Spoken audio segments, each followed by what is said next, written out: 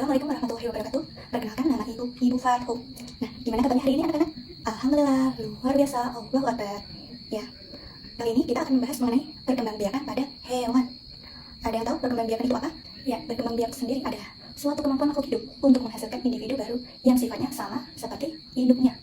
Nah, perkembangbiakan pada hewan sendiri dibagi menjadi dua, yaitu secara generatif dan secara vegetatif.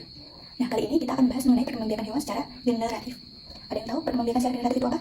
Ya, perkembangbiakan secara generatif itu adalah perkembangbiakan yang diawali dengan pertemuan sel jantan dan sel betina, kemudian terjadi suatu perkawinan. Dalam perkembangbiakan secara generatif dibagi menjadi 3 kelompok. Apa saja? Yang pertama ada perkembangbiakan secara ovipar, yang kedua ada vivipar, yang ketiga ada ovovivipar. Apa sih itu perkembangbiakan secara ovipar? Yang pertama, perkembangbiakan secara ovipar itu yaitu perkembangbiakan pada hewan dengan cara bertelur, yaitu dari kata ovipar, dari kata ovo yang artinya telur. Ovipar sendiri memiliki ciri-ciri. Yang pertama itu tidak memiliki daun telinga, yang kedua tidak memiliki kelenjar mamai, yang ketiga tidak menyusui, yang keempat itu mengerami telurnya. Nah, di sini ibu ada suatu gambar pada mengelompokkan ovipar atau bertelur sendiri. Contohnya di sini ada hewan ayam. Ayam sendiri termasuk contoh hewan dari ovipar. Kenapa kok bisa masuk ke dalam ovipar? Karena ayam sendiri tidak memiliki daun telinga, tidak memiliki kelenjar mamai atau kelenjar susu, dan ayam sendiri bertelur dan telurnya itu dapat menetas jika induk ayam sendiri mengerami telurnya.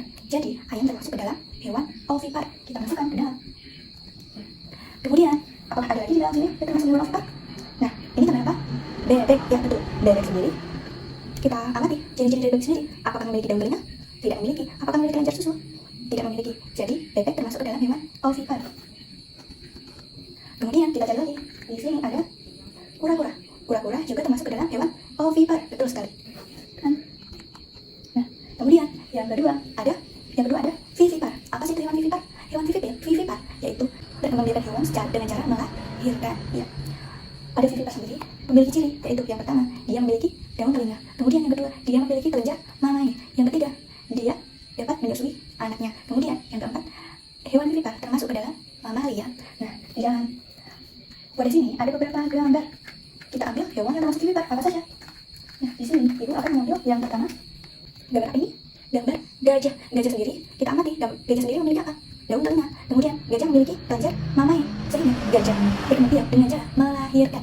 Kita taruh ke dalam mengelompokkan hewan vivipar atau hewan bisa melahirkan. Tuh, kita taruh. Kemudian yang kedua ada hewan apa ini? Hewan kucing.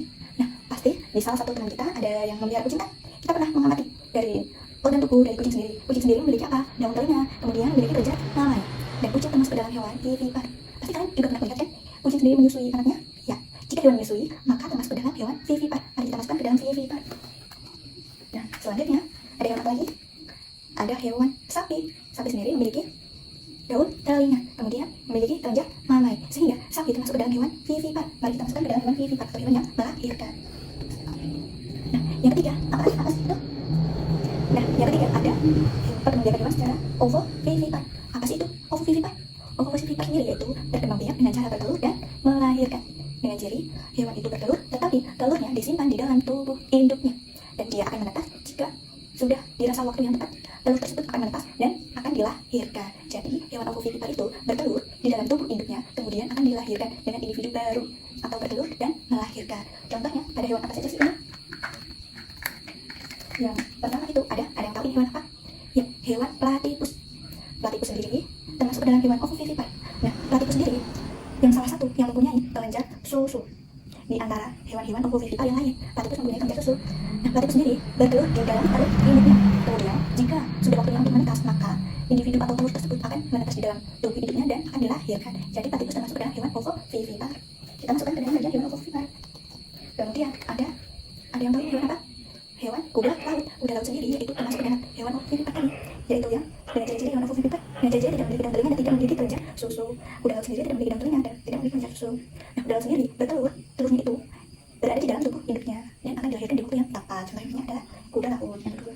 Kemudian yang ketiga ada hewan ikan pari. Ikan pari juga termasuk ke dalam hewan ovovivipar. Ya, kita masukkan ke dalam bagian hewan ovovivipar. Nah, hewan ovovivipar sendiri tadi memiliki ciri yaitu bertelur di dalam tubuh induknya dan akan menetas di waktu yang tepat dan akan dilahirkan. Kemudian ciri yang kedua yaitu tidak memiliki kelenjar susu, kecuali pada hewan platypus tadi memiliki kelenjar susu. Hanya satu hewan saja yang memiliki kelenjar susu pada hewan ovovivipar, yaitu hewan platypus. kita dapat melihat di sini. Jadi gambar di sini ada hewan ovipar, yaitu tadi hewan berkembang biak secara bertelur. Dengan contoh hewannya ada ayam, bebek, kura-kura, yaitu dengan ciri tidak memiliki apa? Tidak memiliki daun telinga. Betul sekali. Kemudian yang kedua ada hewan apa? Vivipar. Vivipar tadi apa? Ya, yaitu vivipar itu dengan cara melahirkan. Contoh hewannya ada gajah, ada kucing, ada sapi. Hewan vivipar sendiri ini termasuk dalam hewan mamalia. Betul, dalam hewan mamalia karena memiliki kelenjar mamai. Kemudian yang ketiga ada ovovivipar. Ovovivipar tadi yaitu bertelur dan melahirkan. Betul sekali. Dengan contoh hewan platypus, kuda laut, dan ikan pari. Ya, begitu kira-kira pembelajaran mengenai perkembangbiakan hewan secara generatif. Untuk pertemuan selanjutnya, kita akan membahas mengenai perkembangbiakan secara vegetatif. Sekian dari Ibu. Wassalamualaikum warahmatullahi wabarakatuh.